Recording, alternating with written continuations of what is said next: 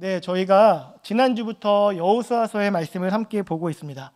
여러분, 성경을 읽으면서요, 느낄 수 있는 매력 중에 한 가지가 있는데, 내가 처한 상황이나 환경이 달라지게 되면 이전에 보이지 않던 것들을 보게 되고, 어떤 성경에 나오는 인물이나 상황에 대한 이해의 깊이가 달라지게 된다는 것입니다. 알고 있던 말씀이 또 새롭게 우리에게 다가온다는 이야기입니다. 여호수아라는 인물이요, 저에게는 그런 경우였습니다. 제가 사역을 하기 이전에 제가 생각했던 여호수아는요, 아주 강하고 용맹한 전사의 느낌이었습니다. 그런데 제가 사역을 하게 되면서 수가 많든 적든 상관없이 저에게 책임져야 되는 그런 사람들이 주어지자, 이 여호수아라는 인물에게서 그전에는 보지 못했던 이 부담감과 책임감이란 게 보이기 시작했습니다. 여러분, 부서에 속해 있는 공동체 구성원의 수가 적다고 해서 사역이 쉬울까요? 사역이 쉬울 거라고 생각하십니까? 전혀 그렇지가 않습니다. 수가 적다고 해서 사역이 쉬웠던 적은 단 한 번도 없었던 것 같습니다. 한 사람이 10명 몫을 그런 경우들도 얼마나 많은지 모릅니다. 그런 경험들을 듣기도 하고 보기도 하다 보니 이 여호수아를 이제 볼 때가 되면요, 솔직히 불쌍한 마음이 들기도 합니다. 예전에는 여호수아를 보면 재벌 2세 후계자 같은 그런 느낌으로 봤었는데, 다시 보게 되니까요, 옛날 드라마 가운데 차인표 배우가 주연으로 나왔던 드라마, 혹시 왕초라는 드라마 아십니까? 그죠? 그 왕초라는 드라마의 모티브가 누군지 혹시 아실까요? 네, 거지왕 김춘삼입니다. 네, 기억나시죠? 여호수아가 딱 그 모습 같았던 것 같습니다. 딸린 사람들은 줄줄이 사탕인데 가진 건 쥐뿔도 없는 상태. 게다가 전인자는요, 누구였습니까? 대단한 능력을 보여주었고 리더십을 발휘하였던 모세였습니다. 여러분, 모세는요, 굉장히 평범하지 않은 사람이었습니다. 히브리인으로 태어났지만 그가 자랐던 곳은요, 당시 가장 찬란하고 강력한 문명을 자랑하고 있었던 애굽의 왕궁이었습니다. 모세는 그곳에서 공주의 아들로 자라면서 남들이 누리지 못하는 수준의 교육과 문화들을 향유하던 사람이었습니다.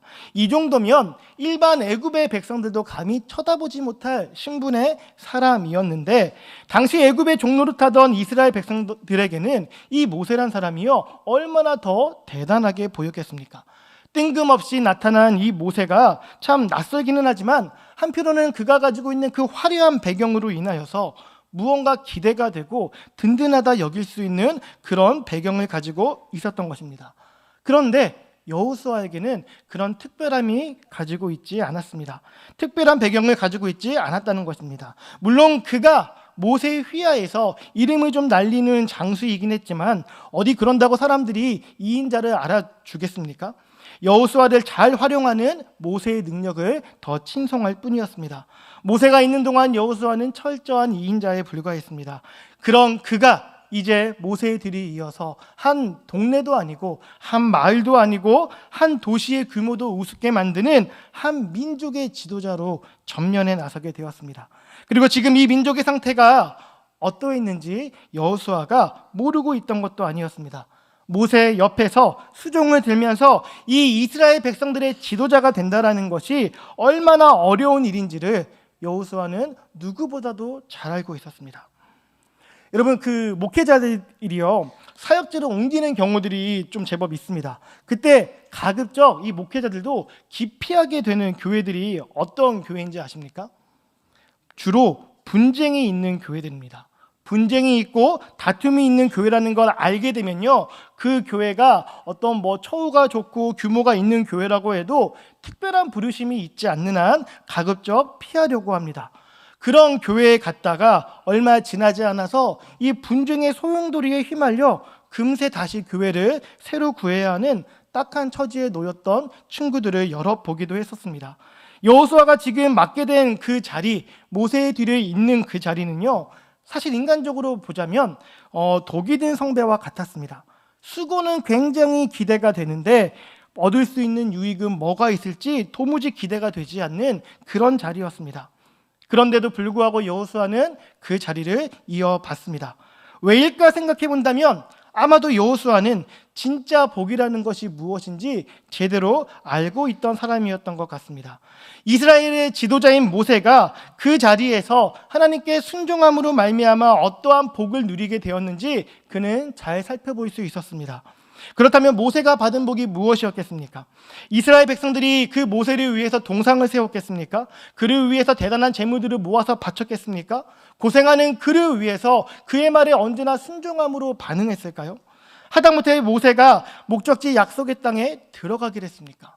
그 중 어느 하나도 해당되지 않았습니다. 전혀 그렇지 않았다는 것입니다. 모세는 이 세상의 관점에서 보자면 유익이라고 불릴 만한 그 어떤 것들을 받은 적이 없습니다.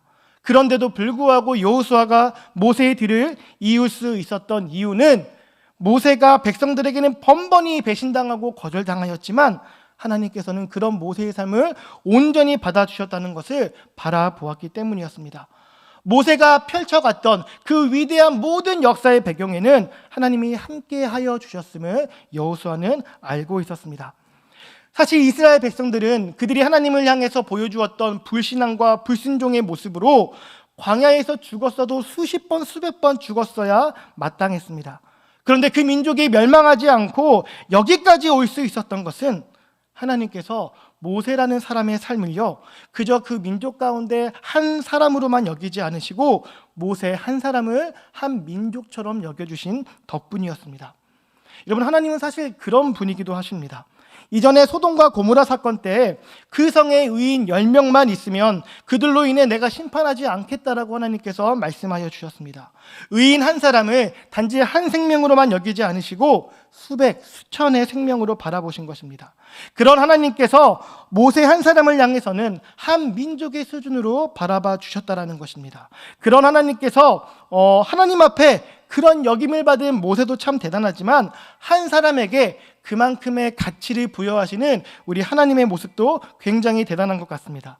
이러한 하나님과 모세의 기가 막힌 연합이 이 백성을 지금까지 지켜온 힘이라는 것을 알고 있는 것이 바로 여호수아라는 사람이었습니다. 이렇게 하나님과 연합할 수 있다는 것이 그러한 인생이 얼마나 큰 복이겠습니까? 모세가 죽을 때의 성경은 그가 여호와께서 대면하여 아시던 자라고 평가합니다. 하나님과의 친밀함이 마치 친구와도 같았다라는 의미입니다. 모세의 리더십에 위기가 찾아올 때마다 친구 되어주시는 하나님께서 모세를 지켜주시는 것을 여호수아는 똑똑히 지켜보았습니다. 세상의 재물보다, 세상의 지식보다, 세상의 명예와 권력보다 하나님의 친구가 되는 것이 인간이 누릴 수 있는 가장 큰 축복이며 지혜이며 능력이라는 것을 여호수아는 똑똑하게 알고 있었던 것입니다. 그래서 모세의 뒤를 이어야 하는 지도자에게 필요한 것은 모세가 지녔던 화려한 배경이 아니고 모세가 보여주었던 특출난 군사적인 능력, 행정적인 능력이 아니라 모세와 같이 하나님 앞에 순전한 믿음과 순종의 삶으로 그 생명이 한 민족처럼 여겨질 수 있는 사람이어야 한다는 것을 여호수아는 알았기 때문에 그것을 가장 잘 이해하고 감당할 수 있는 사람이 자신이 적임자라는 것을 알았을 것입니다. 그것이 모세의 뒤를 이어서 자신이 살아가는 민족을 지키는 일이며 그것이 모세라는 사람의 그 삶을 가까이에서 보게 하신 이유라고 생각했을 것입니다. 그래서 지난주에 살펴본 여호수아 1장 1절부터 9절까지의 말씀을 보게 된다면 하나님께서 여호수아에게 계속해서 반복적으로 하시는 말씀이 무엇입니까? 모세에게 그랬듯 내가 너와 함께하겠다, 이거지 않았겠습니까? 하나님께서 모세와 뭘 했는지, 그게 무슨 의미인지 모르는 사람에게 하나님이 이런 말씀을 하셨겠습니까? 그렇지 않습니다. 여호수아는 그 의미가 무엇인지 제대로 알아들을 수 있는 사람이었습니다. 모세와 한 팀이 되어주신 하나님께서 이제 나와 한 팀이 되어주시겠다는 거구나. 그래, 그거면 되지, 그거면 충분하지. 여호수아에게 하나님의 이 약속, 이 메시지만큼 필요하고 절실했던 건 없었을 것입니다. 그래서 이제 준비가 다 된 겁니다. 여러분, 우리가 출애굽할 때를 한번 생각해 보신다면요, 이스라엘 백성들 전체가 다 준비가 완료가 되어서 출애굽을 했겠습니까? 그렇지 않았습니다. 출애굽을 준비했던 건 모세와 아론 정도였습니다. 그러나 그들만으로 하나님은 출애굽을 시작하셨습니다. 가나안 전쟁도 마찬가지입니다. 백성들의 준비 상태가 어떠했는지는 잘 모르겠습니다. 다만 모세와 같이 한 민족처럼 바라보시는 여호수아, 이 지도자가 준비되었기에 하나님은 이제 드디어 약속의 땅을 향한 진군을 명하셨습니다. 사랑하는 성도 여러분, 모두가 준비되어서 함께 움직이는 것이 가장 이상적인 것임에는 분명한 사실입니다. 그러나 때로는 하나님께서 준비된 한 사람을 통해 모두를 움직이실 때도 있다라는 것입니다. 이때 중요한 게 무엇이겠습니까? 어느 때에는 다수여도 움직이면 안 되고 어느 때에는 소수여도 다수가 그 소수를 따라 움직여야 하겠습니까? 바로 하나님의 뜻인 것입니다. 행하려는 것이 하나님의 뜻에 합당하다면 소수가 이끌어도 그 이끌림에 움직여야 하는 것이고, 행하려는 것이 실현 가능성이 높고 다수가 많이 원한다 하더라도 하나님의 뜻에 어긋나는 것이라고 한다면 멈춰야 하는 것입니다. 그러니 우리 공동체든 우리 각자의 가정이든 적어도 우리가 속한 곳에서 한 사람만큼은 하나님의 뜻을 분별할 수 있는 건강한 믿음을 가진 사람이 있어야 하는 것입니다. 그런 사람이 등장할 수 있는 분위기를 우리의 공동체가, 우리의 가정이 만들어 가야 할 줄 믿습니다.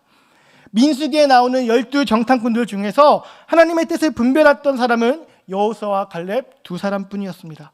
그때 이스라엘 백성들이 이 두 사람을 어떻게 하려고 했습니까? 돌로 쳐 죽이려고 하였습니다. 하나님의 백성들이란 자들이 하나님의 뜻을 제대로 분별한 사람들을 죽이려 하였던 것입니다. 그때 만약 하나님이 등장하지 않으셨으면, 하나님의 영광으로 그들을 멈추게 하지 않으셨다면 출애굽 1세대뿐만이 아니라 모든 이스라엘 백성들이 광야에서 생명을 잃었을 것입니다. 사랑하는 성도 여러분, 다수가 진리이지 않습니다.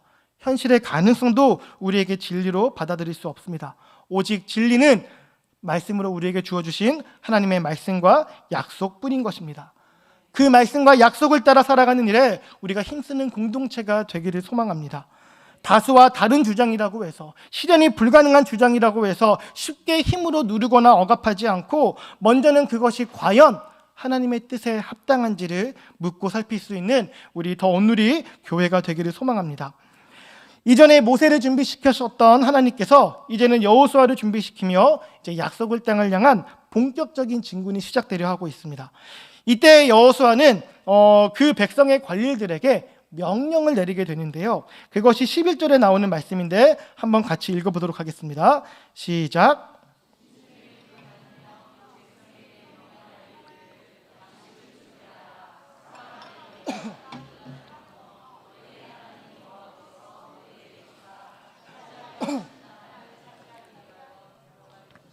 하라, 아멘. 11절의 말씀에서 여호수아는요, 관리들을 향해서 이스라엘 백성들에게 굉장히 생소할 수 있는 명령 하나를 내리고 있습니다. 그게 어떤 명령이냐면요, 양식을 준비하라는 것이었습니다. 아니, 전쟁을 앞두고 양식을 준비하는 게 무슨 이상하냐? 보급하는 건 전쟁에 있어서 당연한 거 아니냐? 이렇게 생각하실 수 있는데요. 여러분, 이제껏 광야에서 이스라엘 백성들은요, 양식을 제대로 준비해 본 적이 없습니다. 양식은 늘 하늘에서 주어지고 있었습니다. 도리어 그렇기 때문에 양식을 비축하는 것이 하나님을 신뢰하지 못한 것으로 여겨지고 있었던 것입니다. 출애굽기 16장 19절에서 20절의 말씀을 제가 한번 읽어드리겠습니다. 모세가 그들에게 이르기를 아무든지 아침까지 그것을 남겨두지 말라 하였으나 그들이 모세에게 순종하지 아니하고 더러는 아침까지 두었더니 벌레가 생기고 냄새가 난지라 모세가 그들에게 노하니라. 아멘. 하나님께서 이스라엘 백성들에게 무엇을 주셨습니까? 만나와 메추라기를 주셨습니다. 그런데 그것은요, 딱 먹을 만큼만 얻을 수가 있었습니다. 백성들 가운데 욕심을 가지고 더 챙기려고 정해진 양보다 더 많이 가져가는 경우들이 있었는데 그때 다 어떻게 되었습니까? 그 음식들이 다음날 다 상하게 되었습니다. 그래서 이스라엘은 안식일을 앞둔 여섯째 날 2일치 식량을, 이틀치 식량을 챙기는 것 외에는 그 이상으로 양식을 준비하거나 비축해 본 경험이 없었습니다. 그런데 처음으로 양식을 준비하라는 명령이 내려진 겁니다. 그것도 3일 안에 요단강을 건너 약속의 땅에 들어가게 된다는 이야기와 함께 말입니다. 이것이 이스라엘 백성의 지도자가 된 여호수아의 첫 번째 명령이었습니다. 이 명령에 담긴 하나님의 의도, 하나님의 뜻은 무엇일까요? 여러분, 지금 이 본문의 상황에서 이스라엘 백성들이 준비할 수 있는 양식이란 건 무엇이 있었을까요? 그 근처 어디 마트가 있어가지고 식재료를 사오는 것이었겠습니까? 그러면 웬만한 마트로는 절대 택도 없었을 것입니다.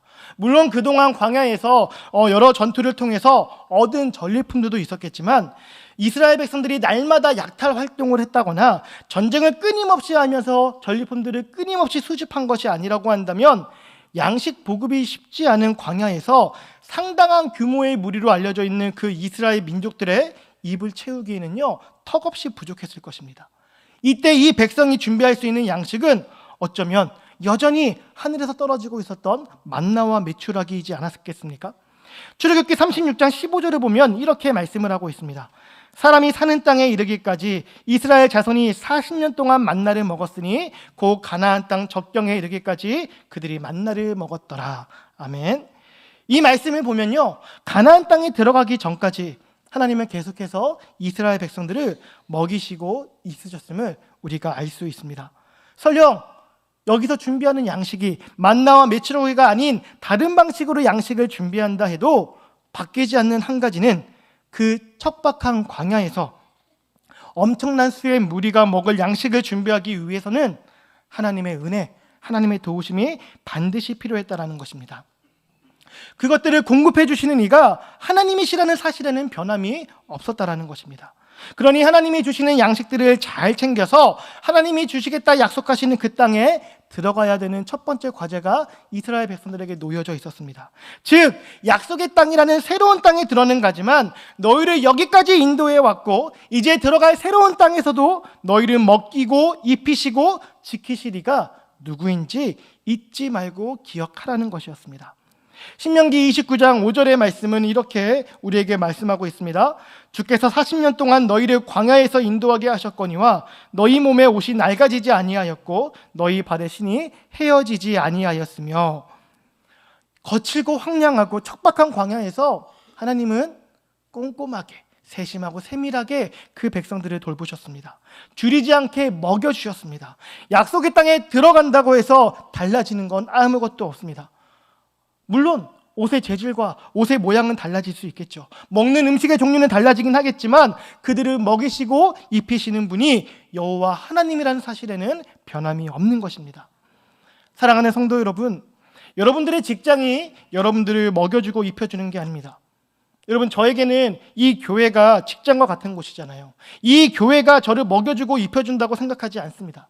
여러분과 저를 먹이고 입혀주시는 이는 여호와 하나님 한 분뿐이십니다. 여러분 오해하지 마시기 바랍니다. 직장이 안 중요하다, 직장 때려쳐라 이런 얘기 절대 아닙니다. 그런 거 아니라는 거 충분히 이해해 주실 거라 생각을 합니다. 우리가 우리의 진짜 주인을 잊어버리면 안 된다는 것입니다. 우리가 왕에게 충성해야지 그 밑에 신하에게 충성하면 그것은 영모라고 부르는 것입니다. 하나님이 아닌 세상이 우리를 먹이고 입혀준다고 생각하게 되는 순간 우리는 거룩한 일을 행할 용기와 믿음을 잃어버리게 됩니다. 끝없이 타협하게 되고 입으로는 하나님을 섬긴다 하겠지만 결국 하나님의 눈치는 보지 않고 세상의 눈치만 보게 될 것입니다. 우리가 누구 눈치를 보느냐가 우리의 왕을 결정하는 것입니다. 하나님이 아닌 우리가 세상의 눈치를 본다면 우리의 주인은 결코 하나님일 수 없습니다. 그때 우리의 주인은 세상일 것입니다. 여러분, 이런 일들이 교회 안에서도 일어날 수 있습니다. 표면적으로는 교회를 지킨다고 하면서 정작 지키는 건 사람이고 자리일 때가 얼마나 많은지 모릅니다. 그래서 교회는 지키고 자리는 지켰는데 정작 하나님은 그곳에서 보이지 않는 그런 일들도 우리 가운데 일어나게 된다는 것입니다. 그러지 않기 위해서, 이런 어리석음이 비극이 일어나지 않기 위해서 우리는 이스라엘 백성들과 같이 양식을 준비해야 하는 것입니다. 하나님께서 우리 삶에 얼마나 많은 은혜들을 부어주셨고 당장 오늘 하루만 하더라도 얼마나 정확하게 우리의 필요를 채워주셨는지를 우리가 날마다 고백하는 삶을 살아가야 한다는 것입니다. 여러분, 세상에 어디 당연한 게 있겠습니까? 뉴스를 한번 보시면 좋겠습니다. 인간의 생명이 얼마나 허망하게 끝날 수 있는지 우리 뉴스 보면 다 나오지 않습니까? 언제 어디서 우리가 어떠한 일을 만나서 우리의 인생이 180도 달라지게 된다 해도 전혀 이상할 게 없는 것입니다. 그런 우리 인생을 하나님이요 구원해 주셨습니다. 죽어도 살게 해주신다고 하셨습니다. 오늘의 괴로움이 영원한 게 아니라고 말씀하십니다. 이 슬픔이 우리의 끝이 아니라고 약속하십니다. 영원한 영광과 기쁨과 행복이 우리가 영원히 머물 집이라고, 그 집을 예비하여 두셨다고 우리에게 약속하셨습니다. 이 하나님 외에 우리가 누구를, 또한 무엇을 의지할 수가 있겠습니까? 그것들을 의지한다 한들 그게 영원할 수 있겠습니까? 그것들은 모두 안개처럼, 연기처럼 사라지고 마는 것들입니다. 우리에게 주어진, 약속되어진 이 영원한 영광의 삶을 누리기 위해서 우리 하나님이 우리에게 부어주셨고, 부어주고 계시고, 부어주실 은혜들을 기억하고 고백하고 기대하며 살아가는 삶을 멈추어서는 안 된다라는 것입니다. 그래야 우리가 세상에 눈이 돌아가지 않고요, 마음을 빼앗기지 않고요, 어떠한 상황과 환경에서도 영원하신 하나님을 붙들며 살아갈 수 있는 믿음의 사람이 될 수 있는 것입니다. 이 은혜의 시선을 우리가 지켜나갈 때 세상이 주는 그 잠깐의, 그 약간의 호의들에 우리가 넘어가지 않을 수 있습니다. 영원 전부터 영원까지 우리에게 셀 수 없는 은혜를 채워주시는 하나님을 배신하지 않고 끝까지 우리가 하나님의 편으로 살아갈 수가 있는 것입니다. 우리가 그렇게 그의 편으로 살아감으로 하나님의 편으로 살아갈 인생들에게 약속된 모든 영광들을 함께 누릴 수 있는 복된 공동체가 되기를 소망합니다. 양식을 준비하라는 명령 뒤에 이어지는 여호수아의 또 다른 명령이 무엇인지 우리 12절에서 15절까지를 함께 읽어보도록 하겠습니다. 12절에서 15절입니다. 시작.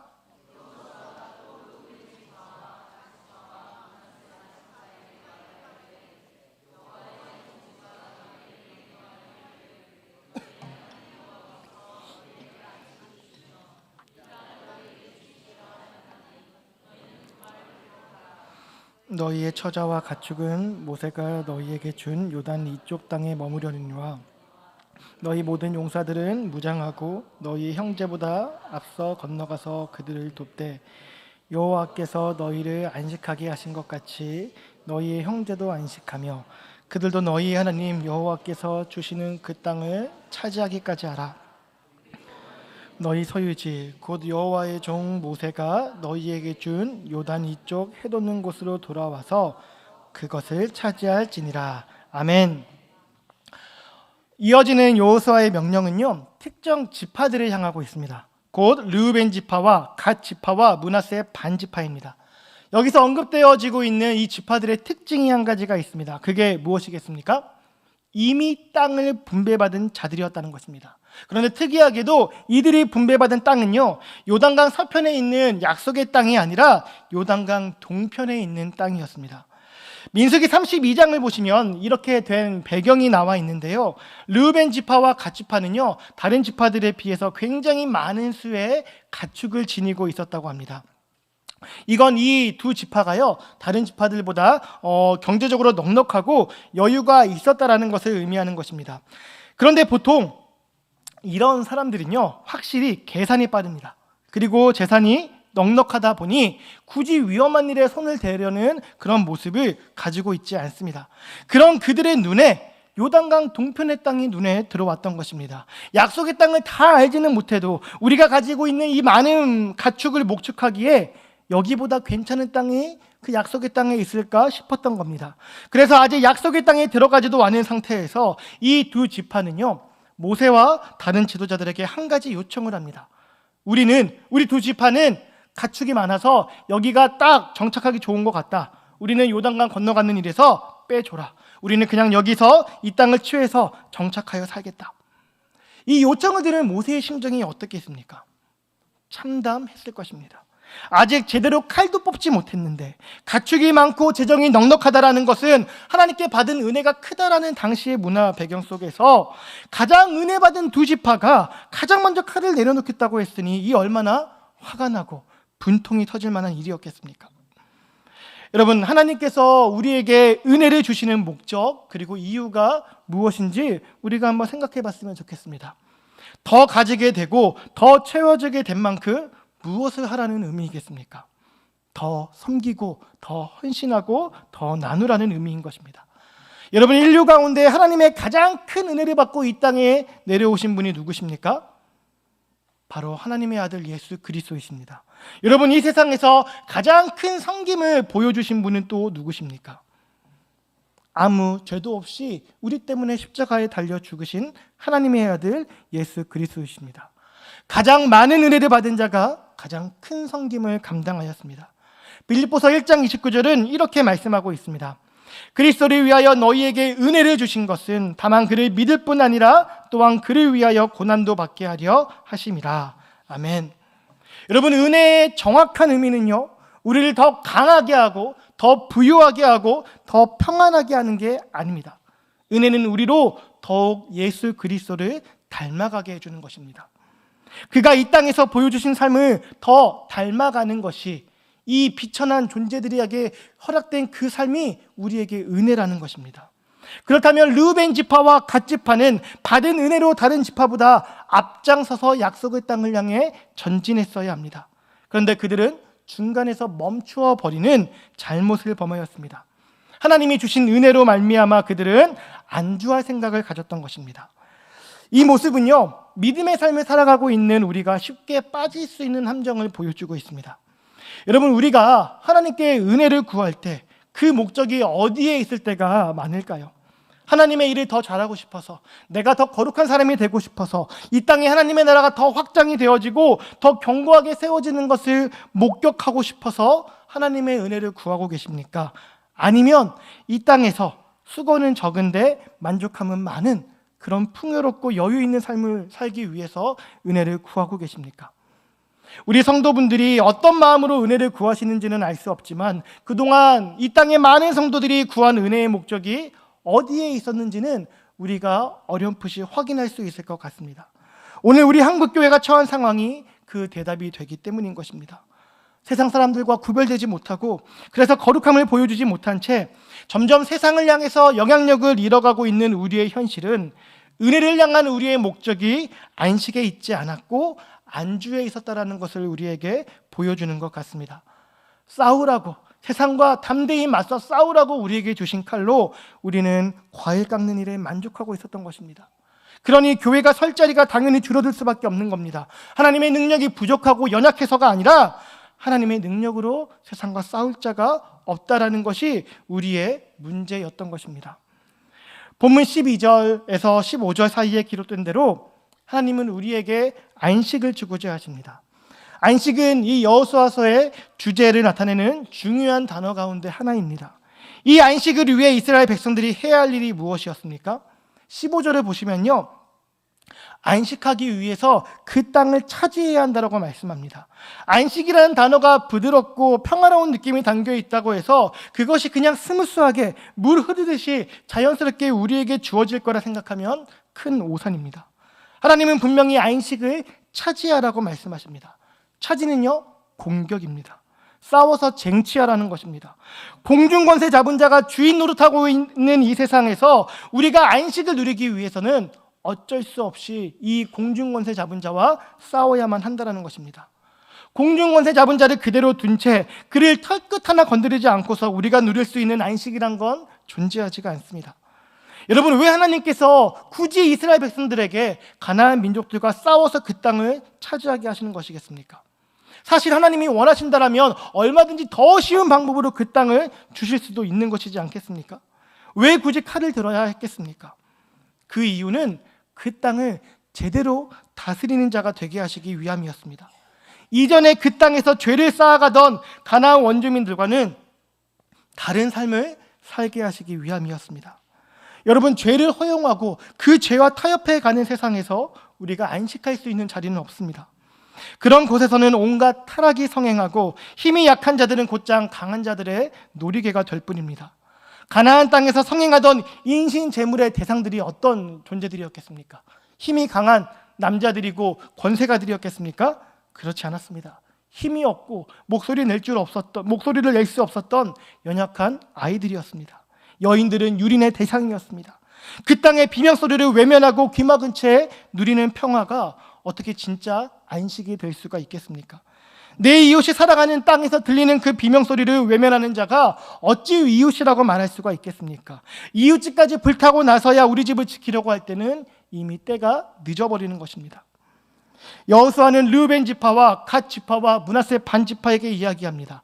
지금 너희가 누리는 안식은 진짜 안식이 아니다. 참된 안식이 아니다. 그 정도로 만족하지 마라. 진짜 안식을 위해 지금은 싸워야 할 때이다. 우리가 싸워 다 함께 승리하는 그날, 그때 너희는 지금과 비교할 수 없는 참된 안식을 누리게 될 것이다. 선포하고 있는 것입니다. 사랑하는 성도 여러분, 새 지파를 향한 여호수아의 권면이 오늘 우리에게도 동일하게 적용이 되는 말씀이라고 생각합니다. 우리가 바라는 욕심의 깊이는 끝이 없는데 하나님이 우리에게 요구하시는 거룩이나 안식을 향한 우리가 생각하는 이해의 깊이는 굉장히 얕습니다. 거룩이나 안식에 대해서 우리는 쉽게 만족해버립니다. 지금 누리는 걸로 충분하다고 생각합니다. 하나님은 한 가득 준비해 주셨는데 우리는 고작 한 움큼 움켜쥐고서 배부르다라고 이야기하고 있습니다. 사실 저도 여기서 예외는 아닙니다. 더 할 수 있고 더 갈 수 있고 더 드릴 수 있음에도 에이 그냥 여기까지만 하자, 이 정도면 되지, 이러고 멈출 때가 얼마나 많은지 모릅니다. 그러면서도 왜 하나님 저에겐 이것밖에 안 주시나요? 하나님 좀 더 많이 주세요. 저는 왜 늘 제자리인 것입니까? 이런 바보 같은 질문만 해대고 있는 것입니다. 실은 그 질문의 답을 우리는 다 알고 있습니다. 내가 참된 안식을 누리려고 싸우거나 도전하거나 애쓰지 않았으면서 그저 현실에 안주하려고 했으면서, 그러니 하나님은 정확하게 우리가 구한 안주를 그대로 주셨을 뿐인데 하나님을 원망할 것이 없는 것입니다. 내가 바라지도 않았고 구하지도 않았으니까요. 그래서는 참된 안식을 우리가 결코 누릴 수 없다라는 것입니다. 사랑하는 성도 여러분, 그렇다면 안식이란 건 무엇이겠습니까? 가나안 땅에 들어가는 것이 안식이겠습니까? 내가 정착할 땅, 내 이름으로 소유하게 되는 땅을 가지는 게 안식입니까? 그 땅에서 내가 배불리 먹고 등 따뜻하게 잠들면 그걸로 안식을 누리는 걸까요? 그게 만약 안식이라고 한다면 이스라엘 백성들은 사실 어쩌면 애굽 땅에서도 이미 충분한 안식을 누리고 있었을지도 모릅니다. 그들의 집이 있었을 것이고요. 그래도 애굽의 노예면은 우리 속담 표현에 정승집 하인들 같은 것이니 먹고 살만 했을 테니까요. 그런데 하나님이 우리에게 말씀하시고 약속하시는 안식은 그런 게 아닙니다. 하나님이 약속하시는 안식은 하나님의 통치를 누리는 삶입니다. 당신의 백성들을 먹이시고 입히시고 가르치시는 하나님으로 인하여서 그 땅에 사랑과 정의와 평화가 흐를 때, 그래서 약한 자들이 약하다는 이유로 강한 자들에게 무시당하거나 업신여김을 당하지 않고, 강한 자들이 강한 것으로 의시되지 않으며 서로가 서로에게 필요한 것을 나눠주고 채워주고, 그래서 부족함이나 넘침이 없는 그런 삶이 진정한 안식을 누리는 삶이라는 것입니다. 사자와 어린 양이 함께 뛰어노는 그 모습이 하나님이 우리에게 주고자 하시는 참된 안식의 삶인 것입니다. 사랑하는 성도 여러분, 그 삶이 지금 우리의 삶과 얼마나 멀어져 있습니까? 지금 정도면 꽤 괜찮다라고 생각하십니까? 저는 아니라고 생각합니다. 여전히 우리의 갈 길이 멀었다라고 생각합니다.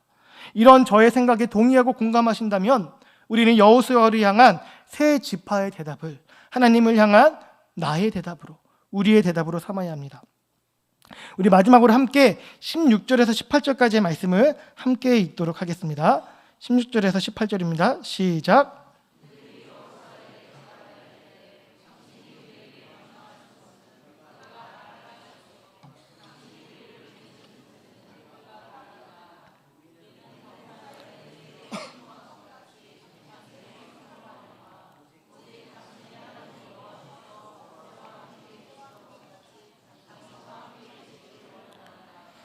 누구든지 당신의 명령을 거역하며 당신의 말씀을 순종하지 아니하는 자는 죽임을 당하리니 오직 강하고 담대하소서. 아멘. 참된 안식을 누리기 위해서 새 지파는 여호수아를 향해서 굳건한 충성을 맹세합니다. 그의 명령에 순종하겠고 그 명령에 순종하지 아니하는 자들은 죽임을 당하게 할 테니 강하고 담대하게 우리를 이끌어달라 지도자에게 요청합니다. 안주가 아닌 안식을 위하여서 자신들의 집을 떠나 형제들과 함께 싸우기로 한 것입니다. 우리도 이러한 결심과 결단으로 하나님을 향해 나아가는 그런 공동체가 되기 원합니다. 여전히 세상에 많은 곳들이 무너져 가고 있습니다. 하나님의 슬픔이 점점 커져가고 있음을 우리가 바라보고 있습니다. 우리가 지금 안주함으로 하나님과 더불어 그것들을 회복하고 고치는 일에 뒷걸음질을 치게 된다면 다음 무너지는 곳은 우리의 집일 수도 있는 것입니다. 그때 우리의 무너짐은 하나님 탓이 아니라 우리의 무관심과 불순종과 불신앙의 결과일 것입니다. 우리가 그렇게 슬피 울며 이를 갈지 않기 위해 오늘 우리는, 우리 공동체는 참된 안식일을 위해서 세상을 향해 나아가야 하는 것입니다. 하나님의 통치가 세상에 펼쳐질 수 있도록 그의 통치를 받는 삶이 얼마나 복되고 얼마나 유익하고 얼마나 가치 있고 얼마나 아름다운지를 우리의 삶으로 세상에 증거해야 하는 것입니다. 이 일을 다른 지파, 다른 교회, 다른 지체에게 떠넘기지 마시고 나의 일, 우리의 일로 끌어안으며 함께 싸워 승리해 나가는 우리 더 온누리교회 모든 지체들 되기를 소망합니다. 보냄받은 이 땅에서 부활을 약속받은 영광받은 성도로서 현실에 안주하지 않고 이 땅에 하나님이 주고자 하시는 참된 안식을 쟁취할 때까지 각자의 삶을 그 거룩한 수고와 헌신과 섬김에 내어드리는 우리 모든 지체들이 되기를 간절히 소망하고 축복합니다.